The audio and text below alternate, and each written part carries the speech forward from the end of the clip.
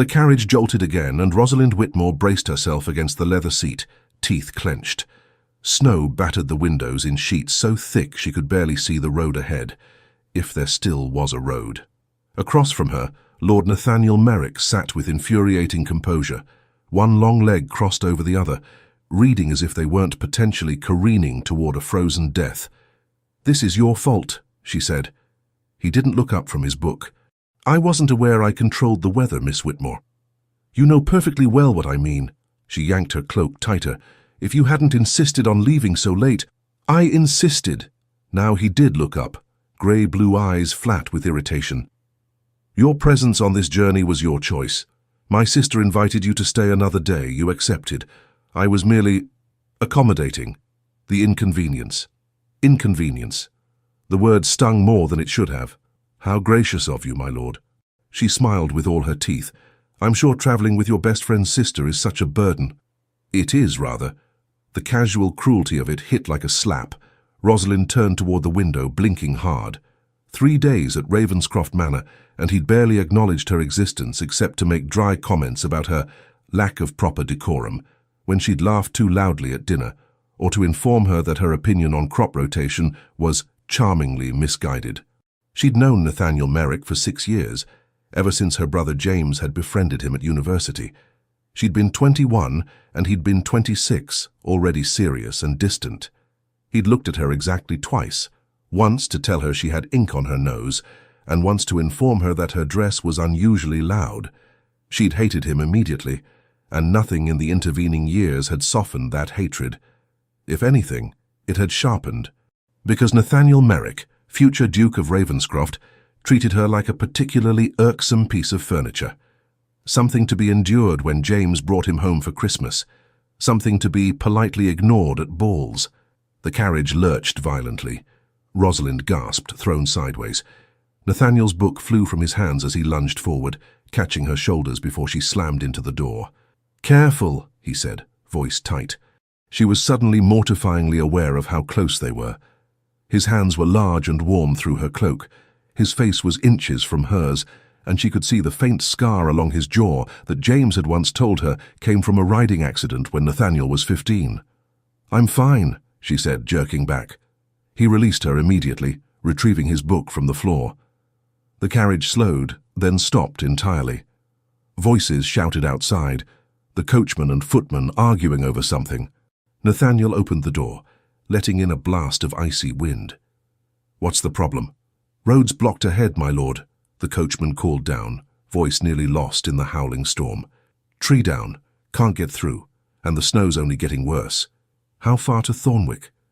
"Another 12 miles, my lord, but we won't make it in this. We need to stop." Nathaniel's jaw tightened. "Is there an inn nearby?" "The Frost and Thorn, about a mile back. Small place, but it'll have to do." "Turn around." The door slammed shut. Rosalind wrapped her arms around herself as the carriage began the slow, treacherous process of turning on the narrow road. Nathaniel had gone very still, that particular kind of stillness that meant he was calculating something he didn't like. "We're stopping for the night," she said, just to break the silence. "It appears we have no choice." There it was again, that word, choice. As if staying at Ravenscroft Manor for one more day at Lady Margaret's request had been some grand imposition, as if Rosalind had wanted to be stuck in this carriage with him, watching him pretend she didn't exist for 7 hours. "I'll write to James," she said coolly. "I'm sure he'll be fascinated to hear how carefully you've guarded his sister's reputation." "Your reputation will be perfectly intact. We'll simply—" He paused, eyes narrowing. "We'll be careful." The Frost and Thorn was exactly what its name suggested. Small old, and surrounded by snow-laden thorn bushes that looked like skeletal hands in the storm. Light glowed warm from the windows, and Rosalind had never been so grateful to see civilization in her life. Nathaniel descended first, then turned to help her down. His hand was steady, and she hated that she needed it. The ground was slick with ice, and her half-boots weren't made for this weather. Inside, the inn was chaos. Travellers packed the common room, all of them clearly stranded by the same storm. The air was thick with the smell of wet wool, smoke, and beef stew. The innkeeper, a harried man with thinning hair, barely glanced at them. "Need a room?" he asked, already shaking his head. Don't have much left. Storm caught everyone. Anything you have will suffice, Nathaniel said. The innkeeper consulted a ledger. Got 1 room. Single bed. Last one available. 10 shillings for the night. Rosalind's stomach dropped. 1 room? 1 room, the innkeeper confirmed. Take it or leave it. Got a dozen people who'll snap it up if you don't. Nathaniel pulled out his coin purse without hesitation. We'll take it. We'll take it, Rosalind hissed, grabbing his arm. Are you mad? He looked down at her hand on his sleeve, then back at her face. Would you prefer to sleep in the common room, or perhaps the stables? I'd prefer separate rooms. There aren't any. He turned back to the innkeeper. The room now. Nathaniel, unless you'd like to explain to everyone here why the future Duke of Ravenscroft is travelling alone with an unmarried woman. His voice was low, dangerous. Because I assure you, that conversation will be far more damaging than sharing a room for 1 night. She wanted to hit him, wanted to scream, but he was right, and they both knew it. The innkeeper was watching them with increasing interest. Nathaniel seemed to realize it at the same moment she did, because his expression shifted, became something smoother, more deliberate. Forgive my fiancée, he said, and Rosalind nearly choked. She's anxious about the storm. The innkeeper's face cleared. Ah, newlyweds? Or soon-to-be? Soon-to-be, Nathaniel said, reaching for Rosalind's hand. She let him take it, numb with shock. We're travelling to her family's estate to finalize the arrangements. Congratulations, then. The innkeeper pushed a key across the counter. Rooms upstairs, second door on the left. Common room serves supper until 8. Breakfast at dawn if the storm breaks. Nathaniel pocketed the key and guided Rosalind toward the stairs, his hand firm on her lower back. She waited until they were in the narrow hallway out of earshot before she exploded. Fiancé? You wanted separate rooms, he said calmly. This was the next best option. How is lying about being engaged the next best option? Would you prefer I told them the truth, that I'm traveling alone with my best friend's unmarried sister? That would protect your reputation beautifully. She hated that he was right. Hated it. And what happens when someone recognizes you? She demanded. When someone realizes you're the future Duke of Ravenscroft, currently courting Lady Beatrice Thornhill. Something flickered in his eyes, too fast to read. For then we'll be very lucky I gave the innkeeper a false name. As far as anyone here is concerned, I'm Mr. Nathan Sterling, merchant, and you're my beloved fiancée, Miss... What shall we call you? This is insane. This is practical. He stopped in front of their door, key in hand. One night, Miss Whitmore, we'll maintain the fiction, weather the storm, and leave at first light. No one will ever know. James will kill you. James won't know unless you tell him. He unlocked the door, pushing it open. After you, darling. The room was small, painfully small. A single bed dominated the space, barely large enough for 1 person, let alone 2. There was a washstand, a wardrobe, and a fireplace that looked like it hadn't been cleaned in months, and 1 bed. Rosalind stared at it. You're sleeping on the floor. I most certainly am not. Then you're sleeping in the stables. With the horses? He raised an eyebrow. How romantic. You... She bit off the rest of the sentence, fists clenched. This is your fault. This is the weather's fault. You should have listened to the coachman when he said the storm was coming. The coachman said it would hold off until evening. Well, he was wrong. Clearly. Nathaniel removed his greatcoat, draping it over the chair. We can continue arguing, or we can make the best of an unfortunate situation. I suggest the latter. The best of the situation? We're pretending to be engaged. Yes, and you're doing a terrible job of it. He loosened his cravat, fingers deft. If we're going to maintain this fiction, you'll need to be more convincing. I don't want to maintain this fiction. Then by all means go downstairs and explain the truth. I'm sure everyone will be very understanding. His tone was mild, but his eyes were hard. Your choice, Miss Whitmore. There it was again. Choice. Except it wasn't a choice at all, and they both knew it. Rosalind sank onto the edge of the bed, suddenly exhausted. I despise you. The feeling is mutual. Silence stretched between them, broken only by the howl of wind against the window. Nathaniel moved to the fireplace, kneeling to coax life from the meager pile of wood. After a moment, flames flickered reluctantly to life, casting shadows across his profile. He looked tired, she realized. There were lines around his eyes that hadn't been there 6 years ago. His shoulders held tension like a drawn bow. "Why are you courting Lady Beatrice?" she asked before she could stop herself. His hands stilled on the fire poker. "That's none of your concern." "You're right, it's not." She pulled off her gloves, fingers numb. "I'm just curious why a man would court a woman he clearly doesn't love. Love is irrelevant to a good match." "How pragmatic of you. How romantic of you," he shot back, rising. "Tell me, Miss Whitmore, has your belief in true love brought you any happiness? Or are you still mooning over that neighbor of yours? What was his name?" "Dalton." Her cheeks flamed. "I don't know what you're talking about." "Please, you've been infatuated with Owen Dalton since you were 19. James mentioned it once, said you followed him around like a puppy whenever he visited." "I did not," but she had. God help her, she had. And Nathaniel knew it. "That was years ago." "Was it?" He studied her with those cold, assessing eyes. "Or are you still waiting for him to notice you?" The cruelty of it stole her breath. Because he was right. Owen Dalton had never noticed her, not when she was 19, not when she was 23. Not even last season when they danced once at the Bellingham Ball and he'd spent the entire dance talking about his horses. "At least I'm capable of feeling something," she said, voice shaking. "Unlike you. Feelings are a liability. Feelings are what make us human." "Then perhaps I'm not very human." He turned away, jaw tight. "The fire's lit. I'll have supper sent up. You should rest." "Where will you sleep?" "I'll take the floor." "The floor's freezing." "Then I'll be cold." He moved toward the door. "Lock this after I leave. Don't open it for anyone but me." "Nathaniel." But he was gone, the door clicking shut behind him. Rosalind sat in the silence, staring at the weak fire, and wondered how a single day had turned into a complete disaster. The storm did not break. Rosalind woke to the sound of wind howling like a living thing, rattling the windows so hard she thought the glass might shatter. Grey light filtered through the frost-covered panes, barely enough to see by. Nathaniel was already awake, standing by the window in his shirt-sleeves. He'd clearly slept in his clothes. His shirt was wrinkled, his hair disheveled in a way she'd never seen before. "How long has it been snowing?" she asked, voice rough with sleep. "All night." He didn't turn. "The innkeeper says the road is impassable. We're not leaving today." "What?" "We're trapped here until the storm passes. He estimates another 2 days, maybe 3.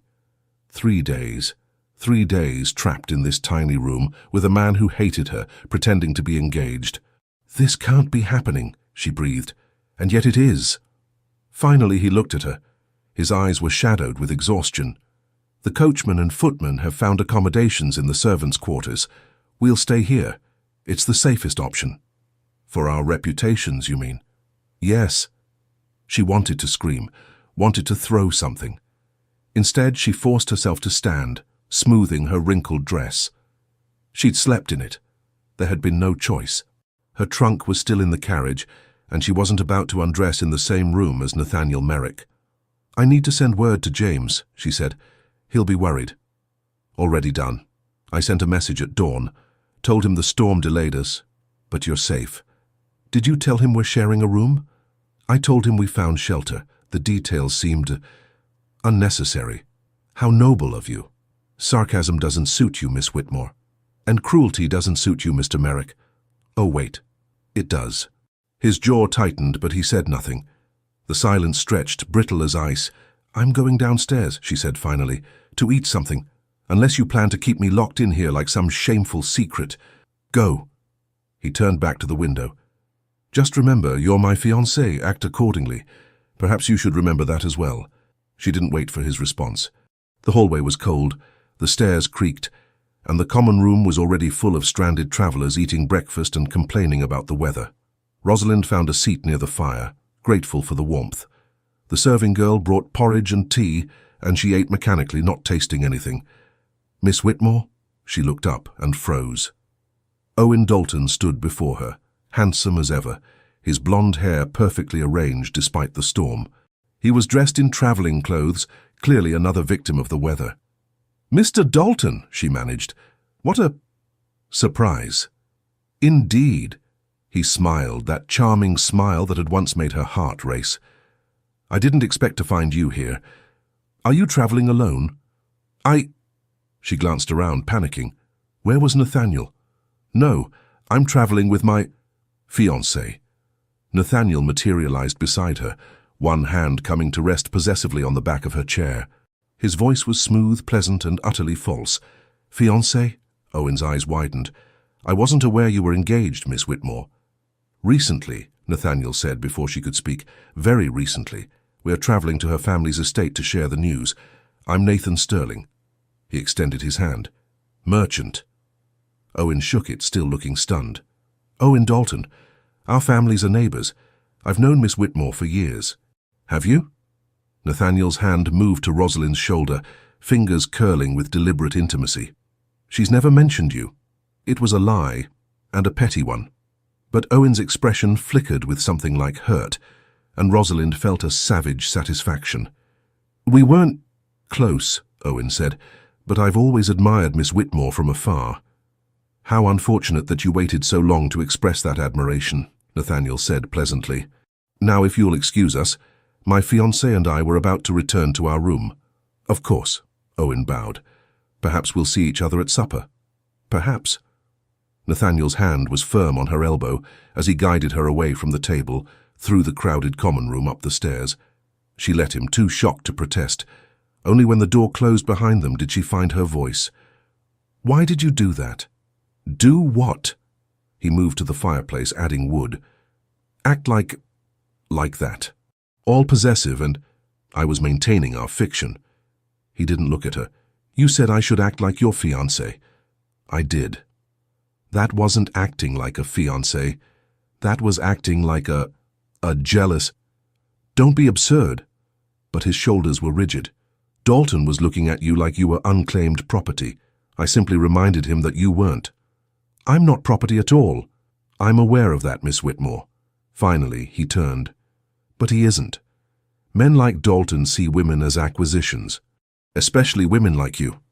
"Women like me," she repeated slowly. "What does that mean?" He opened his mouth, closed it. "Nothing. Forget I said anything."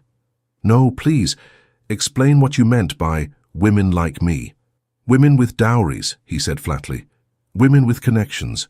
Women whose families have recently come into money and status." The words hit like stones. "You think that's why he was looking at me? Because my family has money? I think men like Dalton are very good at noticing when a woman becomes valuable." "I've always been valuable," she said, voice shaking. "I was valuable when I was 19 and he ignored me. I was valuable when I was 23 and he looked through me at the Bellingham ball. Then he's a fool." The words were quiet, almost gentle. Rosalind stared at him, throat tight. "Why do you care?" she asked. "You've made it abundantly clear you find me irritating." "I do find you irritating." But his eyes were different now, darker, more complicated. "That doesn't mean I want to see you hurt by a man who isn't worth your time." "You don't know him." "I know his type." "And what type is that?" "The type who notices you only when you become convenient." He moved closer, and she was suddenly aware of how small the room was, how alone they were. "You deserve better than that." "Do I?" She laughed, brittle. "According to you, I'm nothing but an inconvenience, a burden. Your best friend's irritating sister who talks too loud and has opinions about crop rotation." "I never said—" "You did. You've said it 100 times, in 100 different ways. So forgive me if I don't believe you suddenly care about my happiness." His jaw worked. "Believe what you want." "I will." She turned away, arms wrapped around herself. "And I'll talk to Owen if I want to. We are trapped here for days. I might as well have some pleasant conversation." "Pleasant conversation." His voice was hard. "Is that what you call it?" "What else would I call it?" "A mistake. Your opinion has been noted and dismissed." Silence. Then, quietly, "Do what you want, Miss Whitmore. You always do." The door opened and closed. She was alone. Rosalind sank onto the bed, staring at nothing. Her hands were shaking.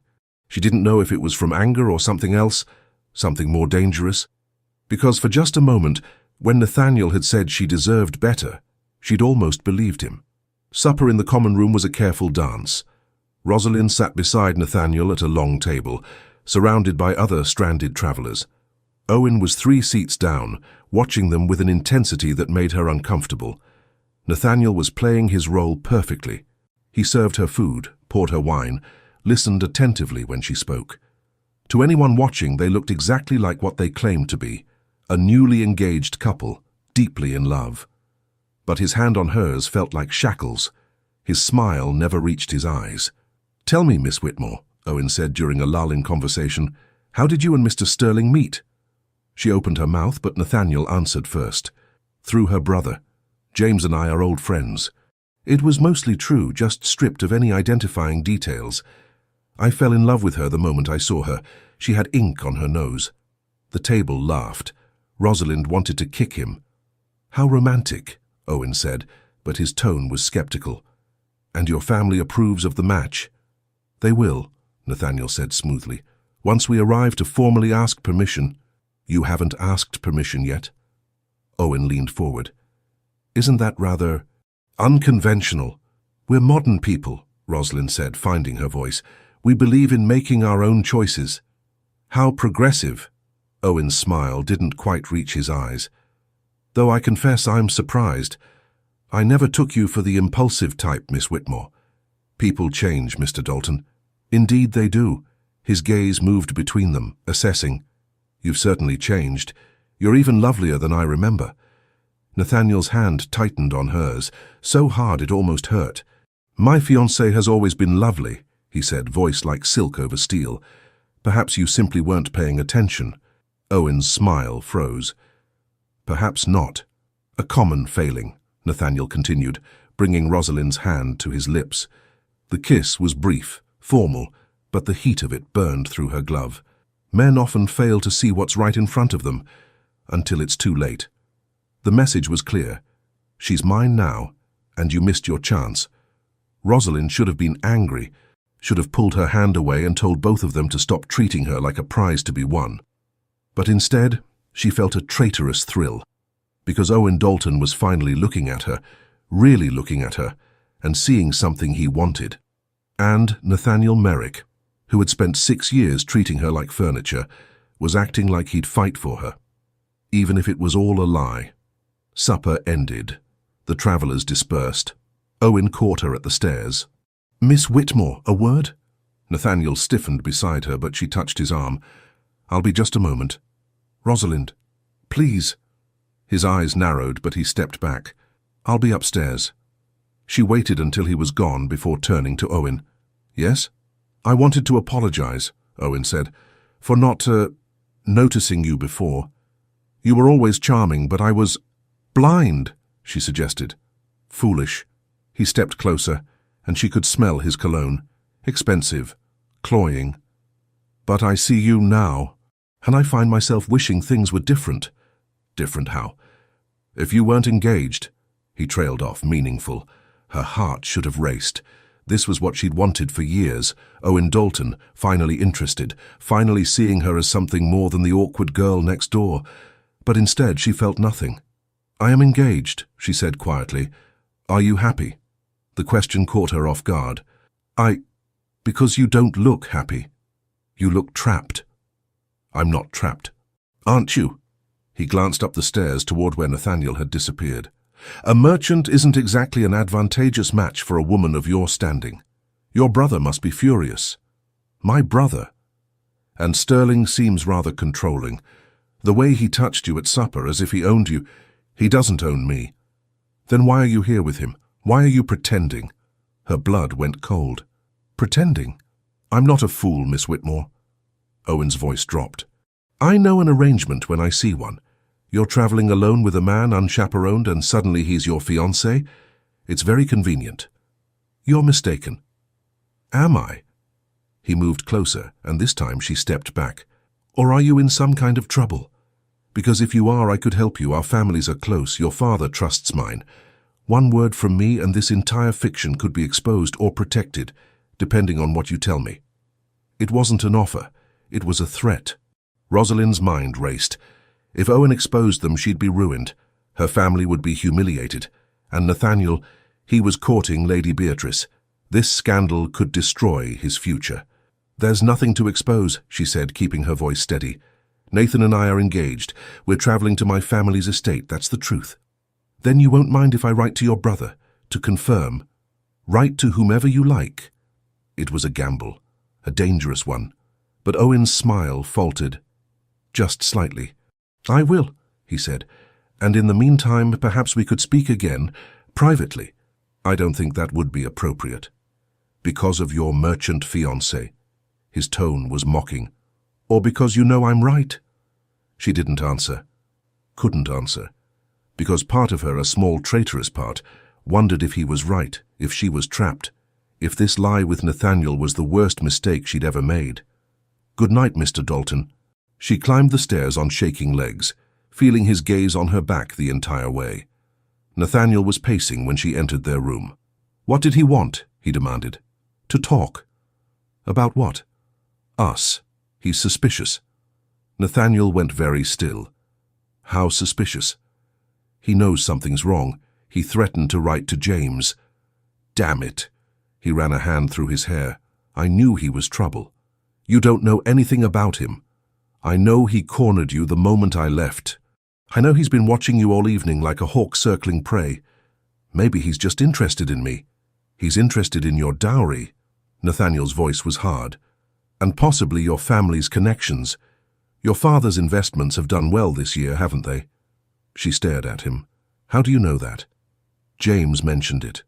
Said your father made some very shrewd decisions regarding the railway." "What does that have to do with Owen?" "Everything." He stepped closer. "Dalton's family has been struggling financially for years. Everyone knows it. His father made poor investments and Owen's been scrambling to repair the damage. A match with your family would solve a lot of his problems." "That's not—" "It's exactly what this is."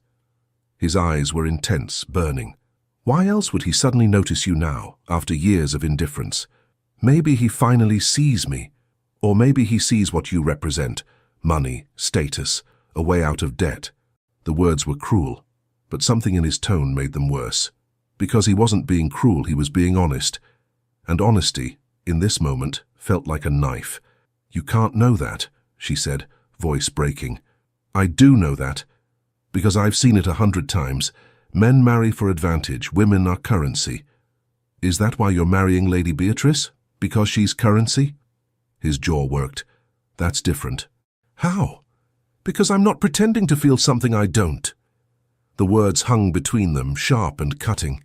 "And what do you feel for her?" Rosalind asked quietly. "Do you love her?" "Love is irrelevant."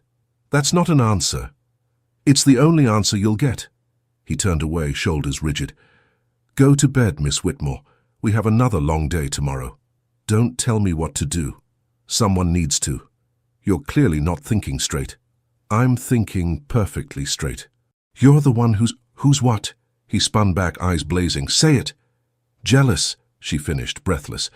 The words seemed to shock him, shock them both. "Don't be absurd," he said finally. "Then why do you care if I talk to Owen?" "Because he'll hurt you." "You don't know that." "I do know that because men like him always hurt women like you." "Women like me," she repeated, voice shaking. "You keep saying that." "What do you mean?" "Women who feel too much." The words came out harsh, desperate. "Women who believe in love and romance and all those pretty lies. Women who can be destroyed by disappointment." She couldn't breathe. "You think I'm weak. I think you're human." His voice dropped. "And I think Owen Dalton is very good at exploiting human weakness." "Unlike you?" "Unlike me." They stared at each other. The fire crackled.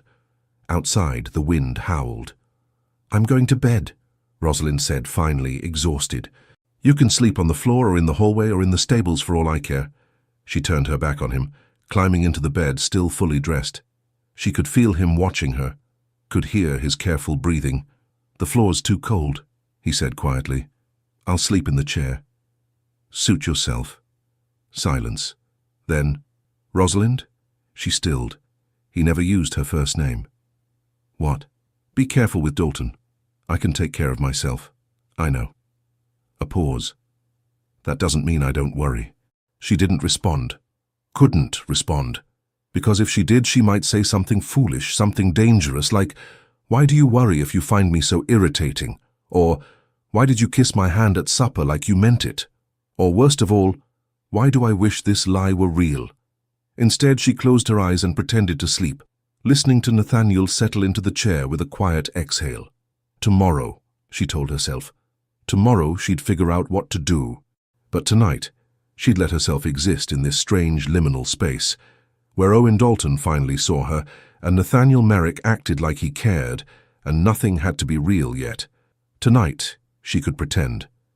She woke to warmth, not the weak warmth of the struggling fire, but human warmth, solid and enveloping. An arm around her waist, breath against her hair, a body pressed against her back. Nathaniel. Rosalind froze, mind scrambling. She was still fully dressed. So was he. But somehow during the night, he'd moved from the chair to the bed and wrapped himself around her like she was something precious. She should move, should wake him, should demand to know what he thought he was doing. But his breathing was deep and even, completely relaxed in a way she'd never seen him, and his arm around her felt safe, solid, real. Just a moment longer, she told herself. Then she'd move, but the moment stretched and stretched. And she was still there, wrapped in Nathaniel Merrick's arms, when the first grey light of dawn crept through the window. He woke slowly. She felt it in the way his breathing changed, became more conscious.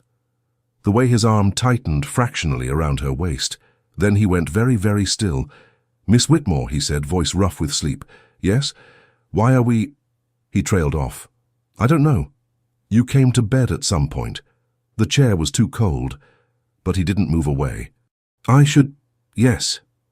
Neither of them moved. His hand was splayed across her stomach, warm through her dress. She could feel his heartbeat against her back. Too fast, too hard. "This is inappropriate," he said quietly. "Yes. We should—" "We should." Still, neither moved. Rosalind. Her name on his lips felt different. Dangerous. "We can't—" "I know. Finally. Finally." He pulled away. The loss of warmth was immediate and devastating. Rosalind sat up, not looking at him, focusing very hard on smoothing her hopelessly wrinkled dress. "That didn't happen," she said. "Agreed. We fell asleep separately." "Yes. And woke up separately." "Of course." She risked a glance at him. He was staring at the floor, jaw tight, looking as uncomfortable as she'd ever seen him. "The storm should break today," he said abruptly. "We'll leave as soon as the road is clear." "Good. Good," he echoed. Silence stretched between them, thick with all the things they weren't saying. The door opened without warning. A serving girl entered with a breakfast tray, eyes widening as she took in the scene. The rumpled bed, their disheveled clothes, the obvious tension. "Begging your pardon, sir," she said quickly. "Thought you might want breakfast in your room, seeing as you and the missus are newlyweds and all." "That's very kind," Nathaniel said smoothly, back in control. "Thank you." The girl set down the tray and fled. Rosalind wanted to sink through the floor. "Newlyweds," she muttered. "It's what they assume, better than the alternative." "Which is?" "The truth." They ate in silence. The food was simple: bread, cheese, cold ham. Rosalind barely tasted it. "I'm going downstairs," she said when she couldn't stand the quiet anymore, "to see if the innkeeper has any news about the road. I'll come with you." "I can manage. You're my fiancé, remember?" His tone was dry. "We should be inseparable." "Right, of course." They descended together, his hand resting lightly on her lower back in a gesture that felt far too natural. The common room was less crowded this morning. Some travelers had already left, braving the snow. Owen was there. He stood when he saw them, smile practiced. "Good morning." "Mr. Dalton," Rosalind said carefully, "I was hoping to speak with you. Both of you, actually." Owen glanced around the room. "Perhaps somewhere more private?" Nathaniel's hand tightened on her back. "Whatever you have to say, you can say here." "Very well." Owen's smile didn't waver. "I wanted to apologize for my behavior last night. I was too forward. Miss Whitmore is clearly happy with her choice, and I should have respected that. It was the right thing to say, perfect even, so why did it feel wrong? Apology accepted, Rosalind said. Wonderful. Owen's gaze moved to Nathaniel. I'm actually quite interested in your work, Mr. Sterling. You said you're a merchant. That's right. What's your trade? Nathaniel didn't miss a beat. Textiles. I import from India. How fascinating. I've been considering investing in the textile trade myself. Perhaps we could discuss it. I'd value your expertise. It was a trap. Rosalind could feel it. Owen was testing them, looking for inconsistencies. I'd be happy to, Nathaniel said easily. Though I warn you, it's not as profitable as one might think. The tariffs alone... He launched into a detailed explanation of import taxes that sounded completely convincing. Rosalind watched, fascinated despite herself. He was so good at this, at lying, at becoming someone else. What else was he lying about? Owen listened, nodding occasionally, asking questions that Nathaniel answered with ease. Finally, he seemed satisfied. Well, I won't keep you from your lovely fiancée any longer, Owen said. But perhaps I'll see you both at supper. Perhaps, Nathaniel said.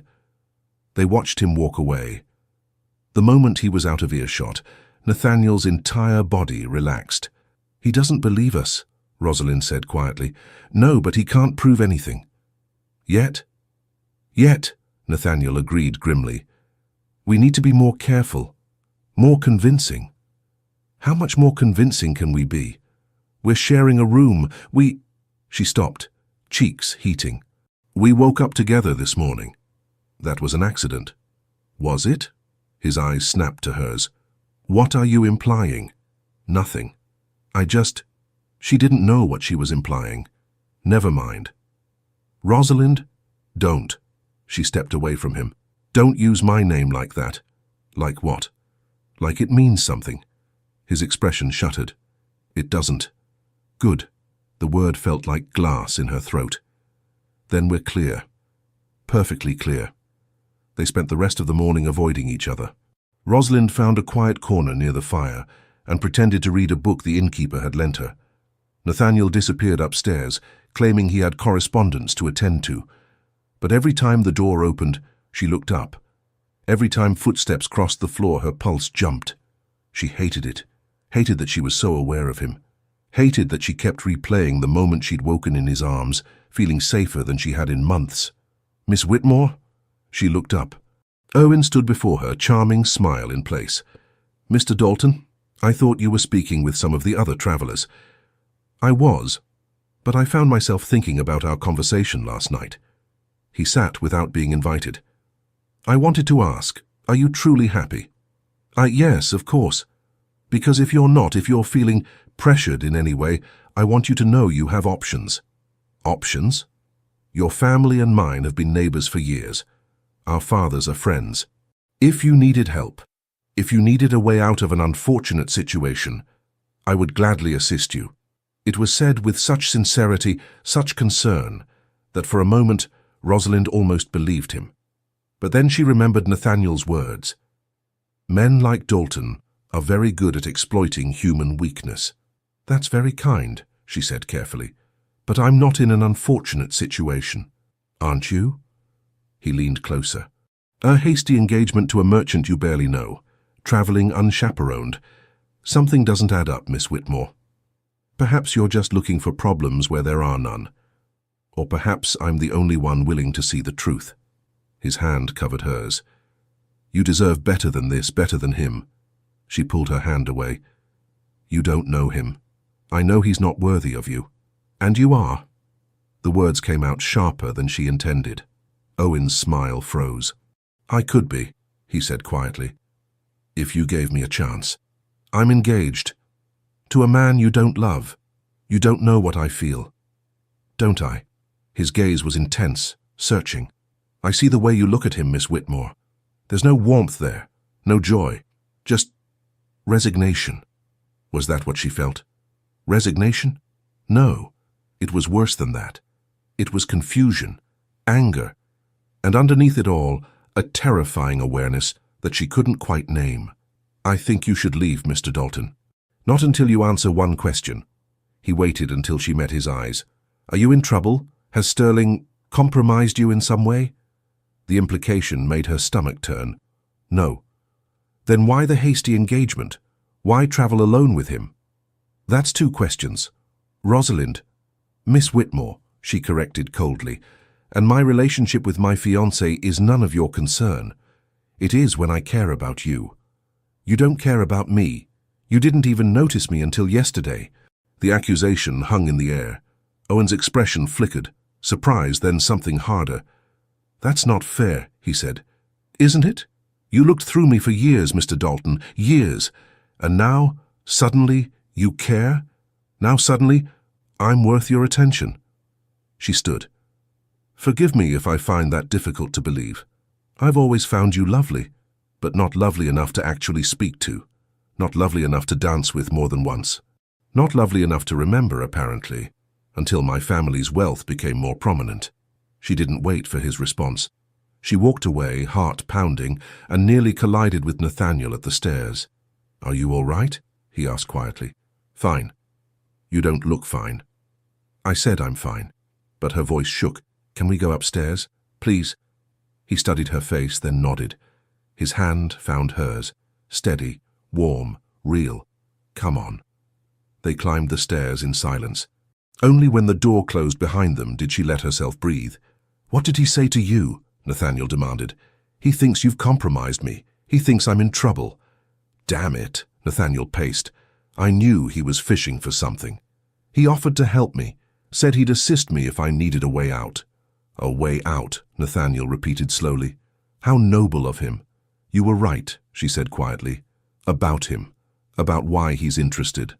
I take no pleasure in being right. Don't you? She laughed, bitter. You've been telling me he was unworthy since yesterday. Now I finally believe you and you're too noble to gloat. This isn't a game, Rosalind. Then what is it? She spun to face him. What are we doing here? Pretending to be engaged, sharing a bed, acting like what? Like this means something. The words echoed in the small room. Nathaniel went very still. It doesn't mean anything, he said finally. It's a fiction. A temporary arrangement to protect your reputation. My reputation, she laughed again. Is that what you're protecting? Or are you protecting yourself? What's that supposed to mean? You're courting Lady Beatrice. If anyone discovers you spent 3 days in a room with another woman, engaged or not, your precious alliance will be destroyed. His jaw tightened. That's not... It's exactly why you're doing this. You don't care about me. You care about protecting your future with her. You have no idea what you're talking about, don't I? She stepped closer, reckless. Tell me, Nathaniel, do you love her? That's irrelevant. It's the only relevant question. Do you love Lady Beatrice Thornhill? No. The word was quiet, final. Rosalind felt something crack in her chest. Then why are you marrying her? Because my father wants an alliance with the Thornhill family. Because it makes political sense. Because... He stopped, jaw working. Because love is a luxury I can't afford. That's the saddest thing I've ever heard. It's reality. He turned away. Not all of us have the freedom to marry for affection. I don't have that freedom either. I'm trapped here, pretending to be engaged to a man who barely tolerates me, watching the only man who ever showed interest in me reveal himself to be a fortune hunter. Her voice broke. So forgive me if I'm a bit skeptical about reality right now. Silence fell. Nathaniel stood with his back to her, shoulders rigid. I don't barely tolerate you, he said quietly. What? You said I barely tolerate you. That's not true. Then what is true? She was so tired of pretending, of lying, of not understanding what was real. What do you feel when you look at me? He didn't answer for a long moment. Then finally, terrified. The word hung between them. Terrified, she repeated slowly. Of me, of what you represent. Which is, everything I can't have. He turned and his eyes were dark, raw. Everything I'm not allowed to want. Her breath caught. Nathaniel, don't. He held up a hand. Don't say anything, please. But the storm will break tomorrow. We'll leave. Return to our separate lives. And this, he gestured between them, will have been a temporary madness. An aberration. Nothing more. Is that what you want? It's what has to be. That's not what I asked. His eyes closed. Go to bed, Rosalind, please. Where will you sleep? The chair. The chair is freezing. You'll be miserable. I'll survive. She wanted to argue, wanted to demand he explain what he meant, what he felt, what any of this meant. But she was so tired, and he looked so broken. Fine, she said. Sleep in the chair. Freeze. See if I care. She climbed into bed, facing the wall, listened to him settle into the chair with a quiet exhale. But sometime in the deep of night, when the fire had burned low and the cold had crept in like a living thing, she heard him move, felt the bed dip, felt his arms slide around her waist, careful but deliberate. And this time she didn't pretend to be asleep. You'll freeze in that chair, she whispered. I know. So you're making the practical choice? Something like that. She turned in his arms, finding his face in the darkness. This is a very bad idea. The worst, he agreed. We'll regret it in the morning. Undoubtedly. Neither of them moved away. His hand came up, cupping her face with a gentleness that made her throat tight. I should go back to the chair. You should. Rosalind, don't talk. She didn't know where the boldness came from. Don't think, don't. He kissed her. It wasn't gentle, wasn't careful.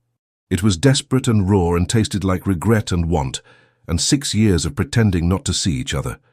She kissed him back just as desperately, fingers tangling in his hair, pulling him closer. He made a sound low in his throat and shifted, pressing her into the mattress, his body covering hers. This doesn't change anything, he gasped against her mouth. I know. Tomorrow, I don't care about tomorrow. His laugh was broken. You should. I should do a lot of things. She pulled him back down. This isn't one of them. They fell into each other like drowning people finding air. His hands in her hair, her nails on his back, clothes loosening, barriers crumbling, until there was nothing between them but skin and heat, and the terrible, wonderful knowledge that this couldn't last. Afterwards, she lay in his arms, listening to his heartbeat slow. Neither of them spoke. There was nothing to say that wouldn't ruin this fragile, stolen moment. We can't tell anyone, he said finally. I know. This can't happen again. I know. Rosalind. His arms tightened around her. I'm sorry. For what? For not being able to give you more than this. She closed her eyes. Don't apologize for something neither of us can control. I want to control it, that's the problem. His voice was rough. I want to tell my father to damn the alliance. I want to court you properly, in front of everyone, without lies or pretense. I want... Don't. She pressed her fingers to his lips. Don't tell me what you want if you can't have it. It'll only hurt more. Does it hurt? He asked quietly. This? Yes. Good. She pulled back to look at him. Good? If it hurt, that means it mattered. Even if only for tonight. Tears burned behind her eyes. You're cruel, you know that? I know. He kissed her forehead. Sleep. We'll face tomorrow when it comes. But tomorrow came too soon. The storm broke at dawn. Rosalind woke to sunlight streaming through the window. Weak winter sunlight, but sunlight nonetheless. And an empty bed. Nathaniel was already dressed, standing by the window, looking out at the snow-covered landscape. His back was to her, shoulders tense. The road's clear, he said without turning. We can leave within the hour. She sat up, pulling the blanket around herself. Nathaniel, don't. His voice was flat. Please don't. What happened last night was a mistake. Now he did turn, and his face was carefully blank. A mistake we will never repeat, never speak of. It didn't happen. The words hit like a slap. Is that really what you think?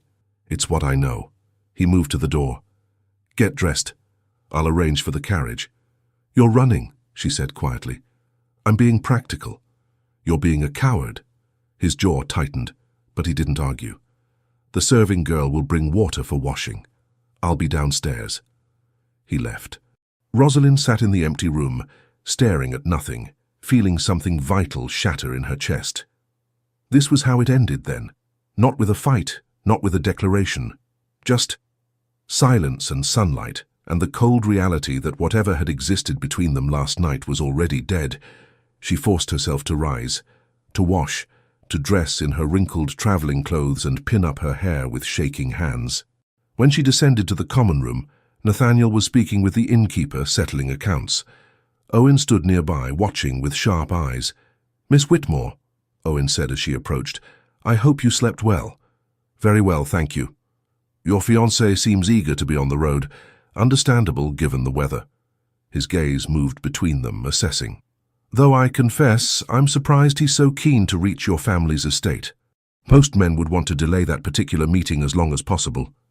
"Most men aren't as honourable as Mr. Sterling," Rosalind said coolly. "Quite." Owen smiled. "Well, I hope to see you again soon. Perhaps at the Bellingham Ball next month." "Perhaps," she murmured. Nathaniel appeared at her elbow. "The carriage is ready." They made their goodbyes, polite, brief, meaningless. Owen watched them leave with that same assessing gaze, and Rosalind felt the weight of it even as she climbed into the carriage. The coachman and footman were already in position. The horses stamped impatiently, eager to be moving. Nathaniel climbed in after her, closing the door with a decisive click. And then they were moving, leaving the frost and thorn behind, leaving those 3 stolen days behind, returning to reality. They didn't speak. Rosalind stared out the window at the snow-covered countryside, watching trees and fields blur past. Nathaniel sat across from her, reading, or pretending to read. The book hadn't moved to a new page in 20 minutes. "We should discuss," she started. "There's nothing to discuss." "Nathaniel," Miss Whitmore. His eyes didn't leave the page. "What happened at the inn was an unfortunate lapse in judgment on both our parts. It will not be repeated, and it will not be mentioned. To anyone. Ever. Is that an order? It's common sense." "Common sense?" She laughed, bitter. "Is that what we're calling it?" "What would you prefer to call it?" "I don't know. Maybe a mistake. Maybe something real that we're both too afraid to acknowledge." Finally, he looked up. His eyes were hard. "It wasn't real. It was proximity and circumstance and nothing more." "You're lying." "I'm being honest." "Then be honest about this. Do you regret it?" His jaw worked. "Yes." The word hit like a physical blow. Rosalind turned back to the window, throat tight, refusing to let him see her cry. They travelled in silence for another hour. Then the carriage slowed, stopped. Voices outside. The coachman speaking to someone. Nathaniel opened the door, leaning out. "What's the problem?" "Just a traveller, my lord. Says his horse went lame. He's asking for a ride to the next town." "Tell him—" "It's Mr. Dalton, my lord." Rosalind's head snapped up. Nathaniel's expression went carefully blank. "Dalton," he said flatly. "I'm terribly sorry to impose," Owen's voice called from outside, "but my horse threw a shoe, and the nearest stable is miles away. I saw your carriage and hoped, well, old neighbours and all that." Nathaniel looked at Rosalind. She could see the calculation in his eyes. Refuse, and it would look suspicious. Accept, and they'd have to maintain their fiction for several more hours, with Owen watching their every move. "Of course," Nathaniel said finally. "We'd be happy to assist." Owen climbed in, settling beside Rosalind with a grateful smile. "You're too kind. Both of you." The carriage resumed its journey. Owen immediately began chatting about the weather, the road conditions, his plans for the Bellingham Ball. He directed most of his conversation at Rosalind, and she was intensely aware of Nathaniel's growing tension across from them. "I've been thinking about what you said, Miss Whitmore," Owen said after a while, "about noticing you. You were right, I was foolish not to see you sooner. Mr. Dalton, please let me finish. I want you to know that my interest is genuine, not born of convenience or other considerations." "Other considerations." Nathaniel's voice was dangerously soft. "Forgive me."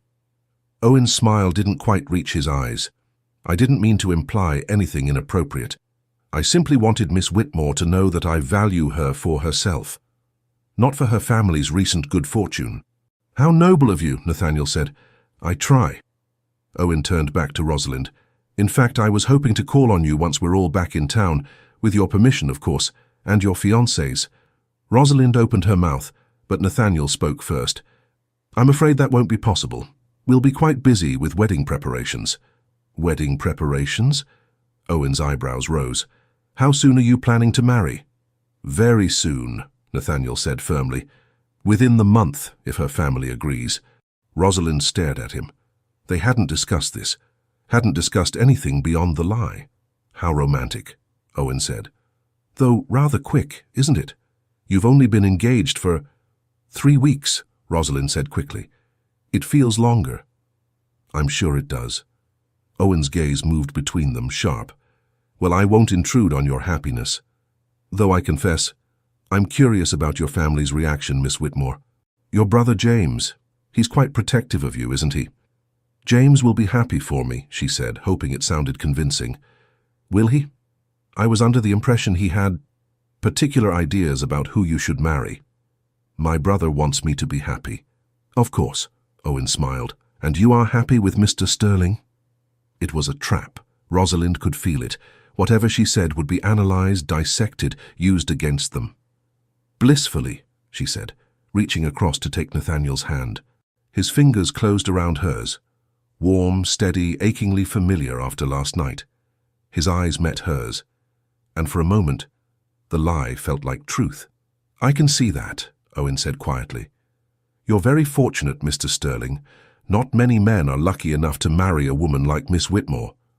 I'm aware, Nathaniel said, still holding her gaze. The carriage rolled on. Owen continued his pleasant conversation, but Rosalind barely heard it. She was too focused on Nathaniel's hand in hers, on the way his thumb traced absent circles on her palm, on the way he was looking at her like she was something breakable and precious. After an hour, they reached a small town with a coaching inn. Owen thanked them profusely and departed, promising to see them at the Bellingham ball. The moment he was gone, Nathaniel released her hand like it burned. That was convincing, he said flatly. It had to be. Yes, it did. He stared out the window. We're almost to your estate. Another hour, perhaps. And then we end this fiction. I'll speak to your brother privately, explain the situation. We'll say the engagement was a misunderstanding, that we were caught in compromising circumstances and acted rashly.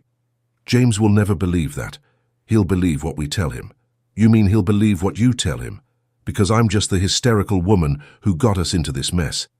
That's not what I said. It's what you meant. They fell into tense silence.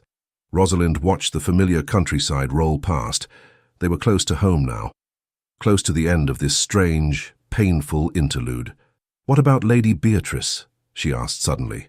What about her? When will you tell her you're courting her? His jaw tightened. That's none of your concern. It became my concern when you kissed me. When you... She stopped, cheeks heating.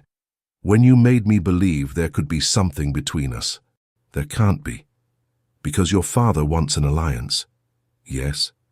So you'll marry a woman you don't love, live a life you don't want, and pretend to be happy. How noble. Not all of us have the luxury of marrying for love, Miss Whitmore. Then what's the point? Her voice broke.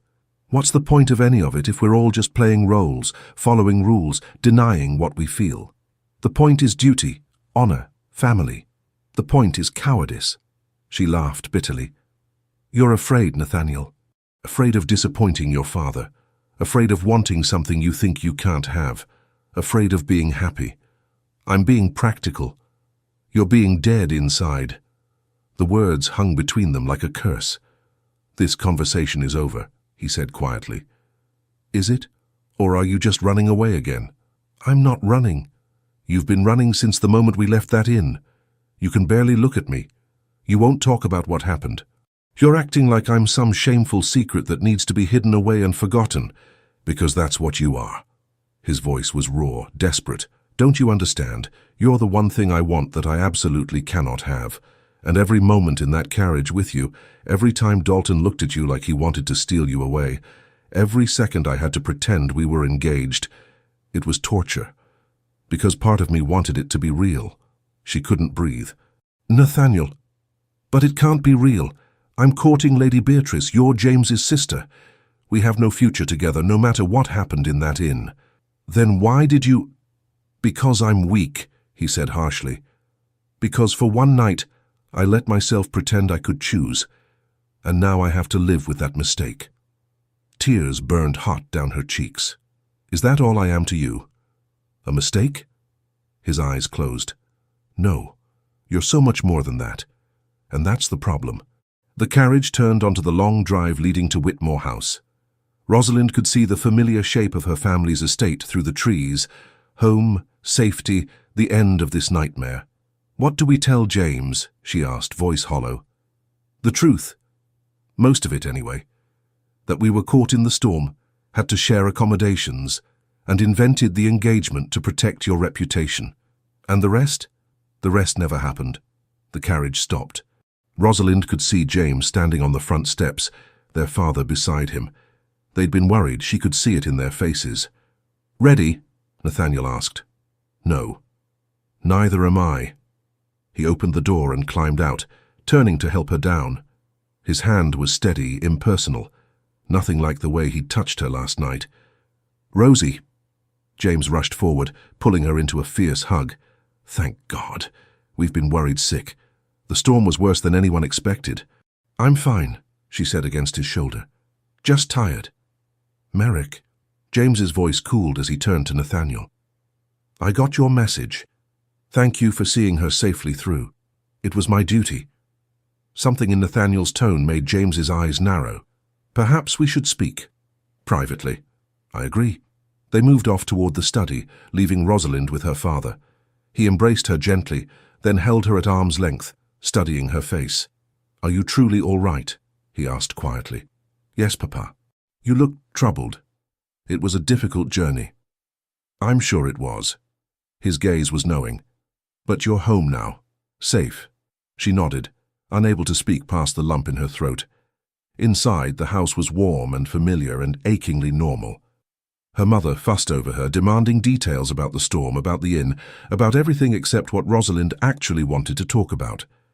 In the study, male voices rumbled, not quite arguing, but close. Rosalind wondered what Nathaniel was saying, how he was explaining 3 days alone with her, what lies he was weaving to protect them both. When James emerged, his expression was carefully neutral. "Rosie." A word. She followed him to the library. He closed the door, then turned to face her. "Merrick told me everything," he said quietly. Her heart stopped. "Everything? About the storm, the inn, the single room, the engagement fiction." His jaw tightened. "Why didn't you send for a chaperone?" "There wasn't time. The storm came so fast and the inn was full. We did what we had to do." "What you had to do was find separate accommodations. There weren't any." "Then you should have slept in the common room, or found another inn, or—" He stopped, running a hand through his hair. "Damn it, Rosie, do you have any idea how this looks? We protected my reputation. We told everyone we were engaged. And now everyone will wonder why the engagement ended so abruptly." He paced. "Merrick is courting Lady Beatrice. If anyone connects the two of you, if anyone realizes you spent 3 days alone together, no one will know. We were careful." "Careful?" He laughed, harsh. "There's no such thing as careful when it comes to reputations. One whisper, one rumor, and you'll be ruined. Then what do you suggest?" He stopped pacing. "I think you should consider leaving London for the season. Visit Aunt Margaret in Bath. Let the gossip die down.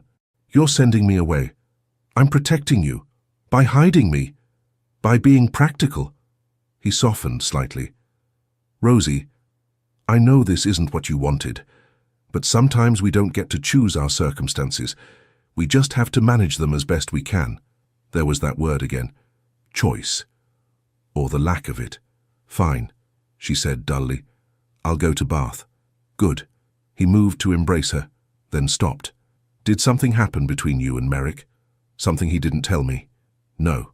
The lie came easily. "Nothing happened." He searched her face, then nodded. "All right, but Rosie, stay away from him. Whatever you might feel, whatever might have developed during those 3 days, it can't go anywhere. He's committed to Lady Beatrice, and even if he weren't, I won't have you marrying a man who sees you as an obligation. He doesn't—" She stopped. "It doesn't matter. You're right. I'll stay away from him." "Good." James kissed her forehead. "I'll make the arrangements for Bath." You'll leave next week. Next week. 7 days to figure out how to breathe again, how to stop seeing Nathaniel's face every time she closed her eyes, how to forget the feeling of his arms around her, his lips on hers, his voice in the darkness saying, "I'm sorry." She went to her room and finally let herself break. 3 days passed. Rosalind moved through them like a ghost, packing for Bath, accepting her mother's attempts at comfort, avoiding her father's knowing gaze. She didn't see Nathaniel. He'd returned to his own estate the day after they arrived. James said he'd thanked them for their hospitality and left without asking to see her. Of course he had. On the 4th day, a letter arrived. It was addressed to her father, but James brought it to her. "You should read this." She unfolded it with shaking hands. The handwriting was unfamiliar, but the signature made her stomach drop. Owen Dalton. "Dear Mr. Whitmore, I write to you with some concern regarding your daughter's recent engagement to Mr. Nathan Sterling, merchant. While travelling from the Frost and Thorn Inn, I had occasion to observe the couple closely, and I must confess to having doubts about the authenticity of their attachment. Miss Whitmore is a woman of quality and deserves better than a hasty match with a man of uncertain prospects. As your neighbour and friend to your family, I felt it my duty to express my concerns. Perhaps the engagement was born of necessity rather than affection. If so, I would be honoured to offer my assistance in untangling any complications. I remain, as always, your devoted servant." Rosalind's hands shook. "This is blackmail." "Subtle blackmail," James agreed grimly. "He's implying you were compromised and offering to save you, probably with a marriage proposal of his own. He doesn't know anything for certain. He's fishing." "Yes? But if anyone else heard about your shared accommodations," James trailed off, "we need to contain this." "How?" "Father is writing to Dalton now. A polite but firm reminder that your engagement to Sterling was real at the time and its dissolution was mutual and amicable, and a not-so-subtle warning that spreading rumours would be viewed as slander." "Will that work?" "It should. Dalton's family is too dependent on Father's goodwill to risk open conflict." James studied her. "But Rosie, if there's anything else I should know, anything that actually happened between you and Merrick—" "There's nothing." The lie tasted like ash. That evening, another letter arrived. This one was addressed directly to her, in handwriting she recognized immediately. "Miss Whitmore, I've heard about Dalton's letter. James wrote to inform me, asking if there were any other complications that might emerge. I told him no. I'm sorry you're being dragged into this. I'm sorry for all of it. If I could undo those 3 days, I would. You should know that I've ended my courtship with Lady Beatrice. I told her I couldn't, in good conscience, continue when my affections were engaged elsewhere. She was gracious about it, though her father was less so. The alliance is broken. I don't expect this to change anything between us. I'm still not free to offer you what you deserve. My father is furious, and there will be consequences. But I couldn't continue the lie. I hope Bath treats you well. I hope you find happiness there, far away from the mess I've made. N." She read it 3 times, hands trembling. Then she folded it carefully and placed it in her writing desk, locking the drawer. He'd ended his courtship. Because of her. Because he couldn't lie to Lady Beatrice while thinking of someone else. It changed nothing. He'd said so himself. He was still not free. Still bound by duty and family, and all those chains he'd forged for himself. But it meant something that he'd broken one chain, even if the others remained. The next morning, Rosalind was in the garden when she heard raised voices from the drive. Male voices, one familiar, one not. She hurried around the corner and froze. Nathaniel stood face to face with Owen Dalton. Both men looked furious. "Your concern is noted but unnecessary," Nathaniel was saying coldly. "Miss Whitmore's welfare is—" "Your concern?" Owen interrupted. "Forgive me, but last I heard your engagement was over. You have no claim on her. I don't need a claim to care about her reputation. Her reputation which you endangered in the first place." Owen's voice rose. 3 days alone in an inn, a hasty engagement that conveniently disappeared. It looks highly suspicious, Sterling. "Mr. Sterling," Nathaniel corrected icily, "and what it looks like is none of your concern. It's my concern when a woman I care about—" "You don't care about her." Nathaniel's voice was deadly quiet. You care about her dowry, about her family's connections. I heard you, Dalton. At the inn, talking to that other traveler. You said she'd always fancied you, that the Whitmores had tripled their worth, that her fiancé was nobody important and easy to handle. Owen went pale. I don't know what you think you heard. I heard clearly. You saw an opportunity and you took it. You don't care that she spent years hoping you'd notice her. You don't care that she deserves someone who values her for more than her fortune. You just saw a chance to solve your family's financial problems, and you took it. That's not true, isn't it? Nathaniel stepped closer. Here's what's going to happen. You're going to withdraw whatever implications you've made about Miss Whitmore's virtue. You're going to stop writing letters to her family, and you're going to leave her alone, completely, forever. Or what? Or I'll make certain that every family in London knows the extent of your family's debts. I'll make certain everyone knows that you've been courting heiresses specifically to avoid bankruptcy. I'll ruin you the way you're attempting to ruin her. Owen's expression twisted. You can't prove... I can prove everything. My family has extensive business connections, Dalton, connections you can't match. So I suggest you consider very carefully what you do next. Silence stretched between them. Owen's face was mottled with rage and something else, fear. This isn't over, he said finally. Yes, it is. Nathaniel's voice was flat. Stay away from her. Owen cast one last venomous look at Rosalind. She hadn't realized he knew she was there, then turned and strode to his horse. She waited until he was gone before approaching Nathaniel. You heard him, she said quietly. At the inn. Yes. Why didn't you tell me sooner? I did tell you. You didn't believe me. No, I mean, why didn't you tell me what he actually said? Because I hoped I was wrong. He finally looked at her. I hoped he was sincere, that I was just being... He stopped. It doesn't matter now. You threatened to ruin him. I did. Why? His jaw worked. Because he was going to ruin you, and I couldn't allow that, even though we're nothing to each other. Don't. His voice was rough. Don't say that. Then what are we? I don't know. He ran a hand through his hair. I came here to apologize for everything, for the storm, for the inn, for... He stopped. For making you believe there could be something between us when I knew there couldn't. You ended your courtship with Lady Beatrice. James told you. You wrote to me. His expression flickered. That letter was... I shouldn't have sent it. It was weak of me. It was honest. Honesty is a luxury I can't afford. Then what can you afford? She stepped closer. What are you allowed to have, Nathaniel? Your father's approval? A loveless marriage? A life of duty and obligation? Yes, he said simply.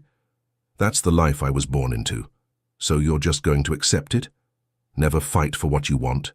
What I want is irrelevant. What do you want? He stared at her, jaw tight. You know what I want. Say it. Rosalind. Say it, she demanded. Just once. Be honest with me. I want you. The words exploded out of him. I want you in ways I have no right to want you. I want to court you properly, in daylight, in front of everyone.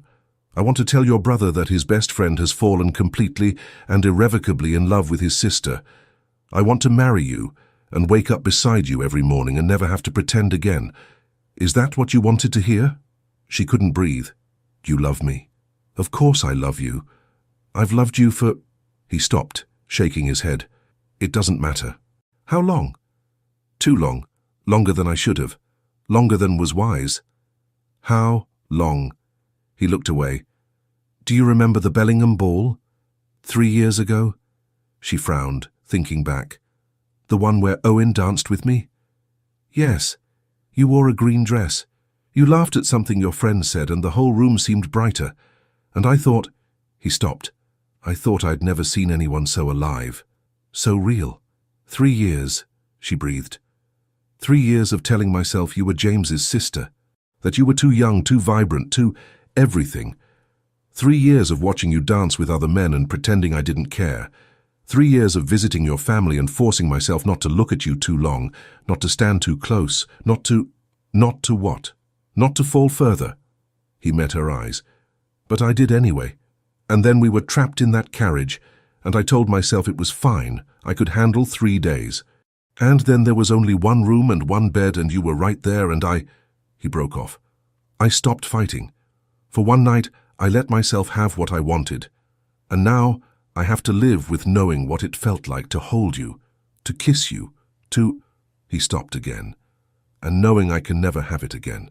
Tears streamed down her face. "Why not?" "Because my father—" "Damn your father." Her voice shook. "What about what you want? What about what I want? What do you want?" "You," she said simply. "I want you. I want this to be real." "It can't be." "Why not?" "Because I'm the heir to a dukedom. Because my father has spent years cultivating alliances, making plans, building the family's influence. Breaking the arrangement with the Thornhills has already damaged those plans. If I openly court you, James's sister, a woman with no title, no alliance to offer, so I'm not good enough." "You're too good." He gripped her shoulders. "You're too good for this life, for these games, for a man who comes with so many obligations and restrictions, and—" "I don't care about any of that." "You should." His voice was desperate. "You should care, because it means I can't give you the life you deserve. I can't let you choose me knowing what it would cost you." "Then let me choose anyway," she said quietly. "Let me decide what I'm willing to lose." "I can't." "Because you're afraid." "Yes," he said harshly. "I'm terrified. Terrified of disappointing my father. Terrified of failing my family. Terrified of dragging you into a life you'll come to resent." "And what about me?" Her voice broke. "Are you terrified of losing me?" He closed his eyes, more than anything. "Then fight for me." She gripped his coat. "Please, fight for me the way you fought Owen. Fight your father. Fight the rules. Fight for what you want. I don't know if I'm strong enough." "You are." "I know you are." He pulled her close, pressing his forehead to hers. "If I do this, if I choose you, there will be consequences. My father might disown me. Society might shun us. The family's alliances will suffer. I don't care." "I do." But his arms tightened around her. "I care about you, about your happiness, about giving you the life you deserve. The life I deserve is the one I choose, with you. Rosalind, do you love me?" "Yes." "Then that's all that matters. It's not that simple." "It is," she insisted. "It's exactly that simple. Everything else is just fear." He pulled back to look at her, and his eyes were filled with something raw and desperate. "What if I'm not enough? What if I choose you and you realize—" "Stop," she pressed her fingers to his lips. "Stop talking yourself out of this. Stop listing reasons why we can't. Just—" She took a shaky breath. "Do you want to be with me? More than I've ever wanted anything. Then be with me, publicly, properly. Court me. Fight for me." Her voice strengthened. "Choose me." He stared at her for a long moment. Then quietly, "I already have." "Then prove it." James was in his study when they entered. He looked up, saw their clasped hands, and went very still. "Merrick, Rosie, what's going on?" "I need to speak with you," Nathaniel said. "About your sister." James stood slowly. "I'm listening. I ended my courtship with Lady Beatrice because I'm in love with Rosalind. I have been for 3 years, and I'm here to formally ask permission to court her." Silence. James looked between them, expression unreadable. Then, "You're in love with my sister?" "Yes." "For 3 years?" "Yes." "And you're only telling me this now?" "I was trying to do the right thing, the honorable thing. But it turns out the honorable thing is being honest, even when it's terrifying." James's jaw worked. "You spent 3 days alone with her?" "Yes." "And nothing happened?" Rosalind's cheeks flamed, but Nathaniel's expression didn't change. "I'm asking permission to court her properly. Whatever happened before—" "I'm not asking what happened before," James cut in. "I'm asking if you're serious, if this is real. Because if you're going to break her heart, I'd rather know now." "I won't break her heart. You can't promise that." "I can promise to try, to spend every day trying to deserve her, to fight for her when things get difficult, to choose her, publicly and irrevocably, for as long as she'll have me." Another long silence. Then James looked at Rosalind. "Is this what you want?" "Yes," she said simply, "even knowing the cost." The scandal when people realize you were together at that inn? The whispers about your reputation? I don't care about whispers. You should. She doesn't have to, Nathaniel said quietly, because I'm going to make it very clear to everyone that I chose her, that she's mine, that anyone who questions her virtue is questioning my honor. Your honor? James's eyebrows rose. You spent 3 unchaperoned days with her. And I'm going to marry her, if she'll have me, if you'll allow it. Marry? James stopped. You're not even officially courting yet. Then give me permission to start, and when the time is right, when I've proven myself worthy, I'll ask her properly.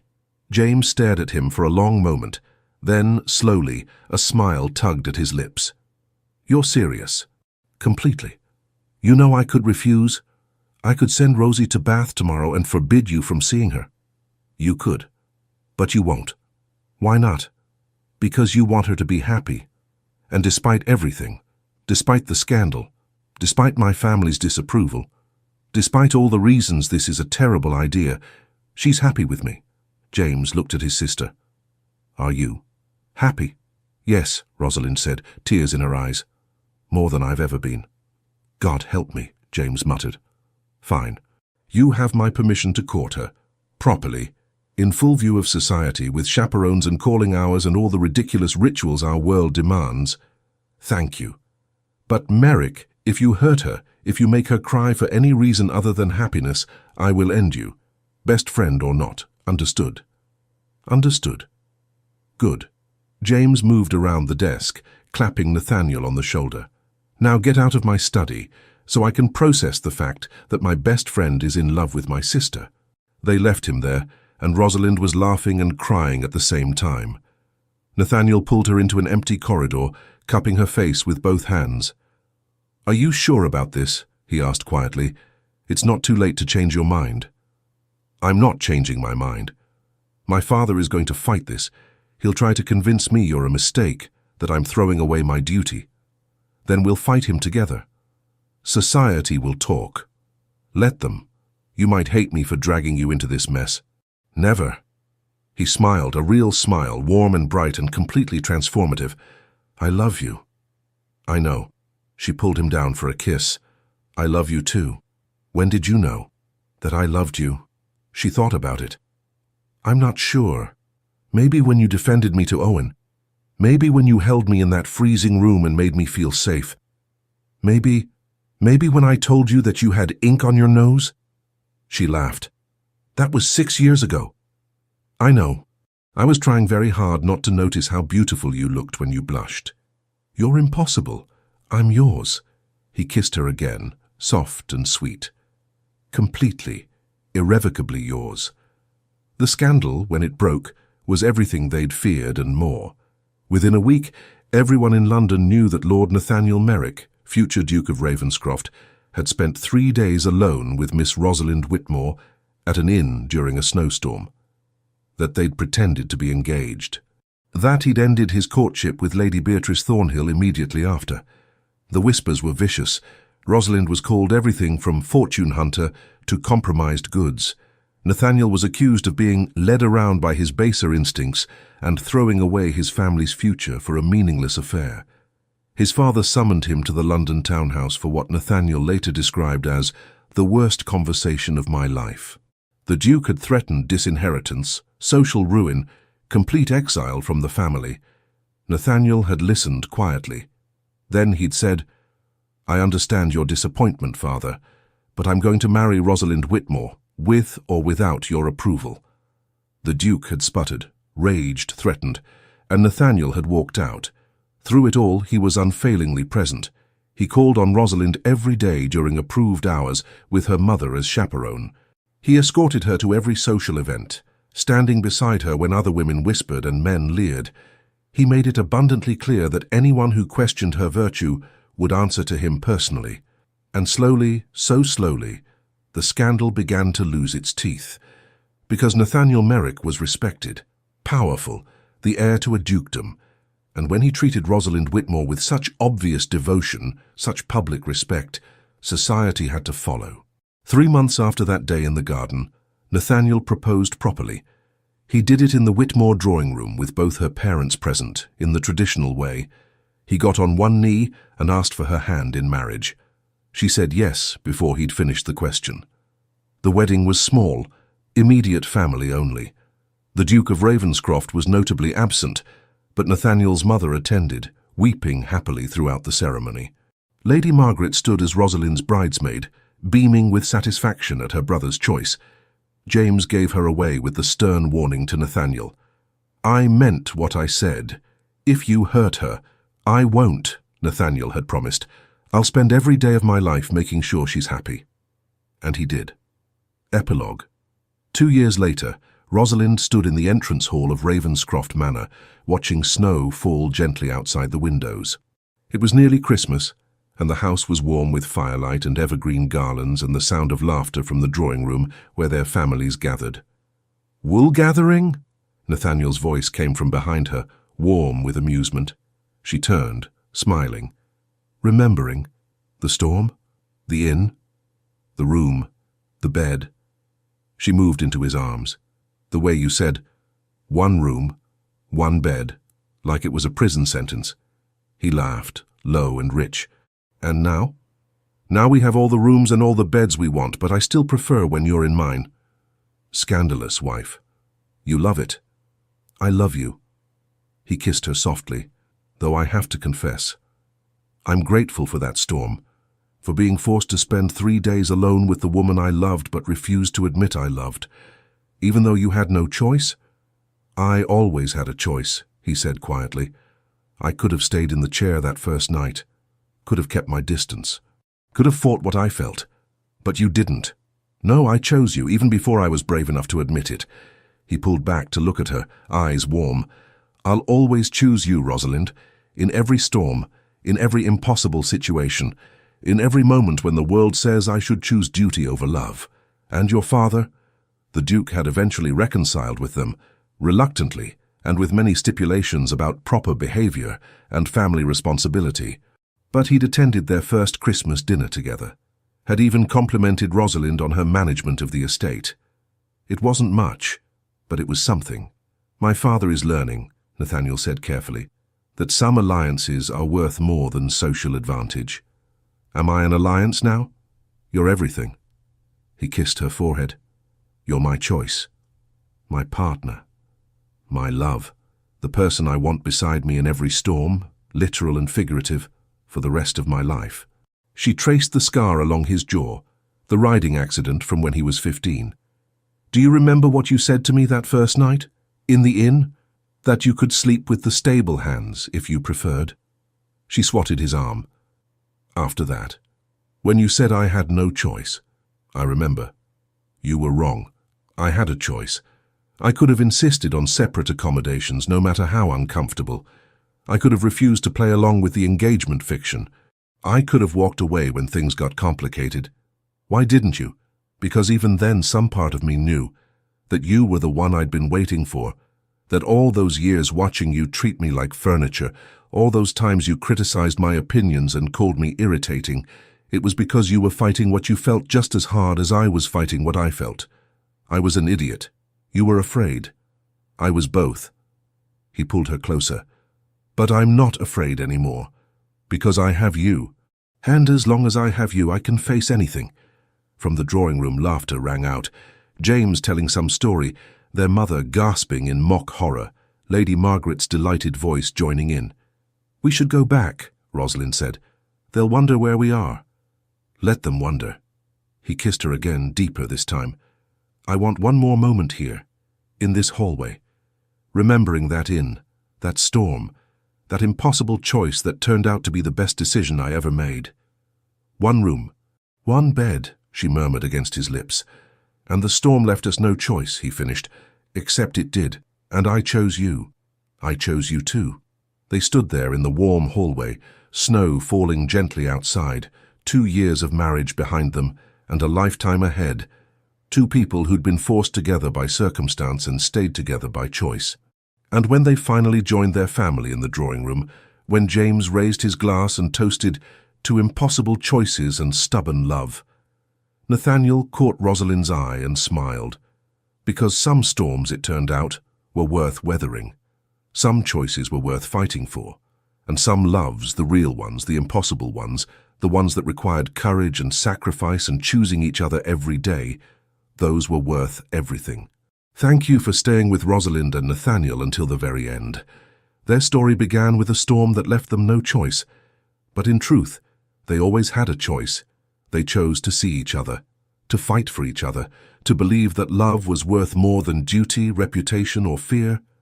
And if you're not subscribed yet, hit that subscribe button and ring the bell, because there are more stories waiting. More impossible loves, more hard-won choices, more moments that remind us why we believe in happily ever after. Thank you for being here. You're the reason these stories exist.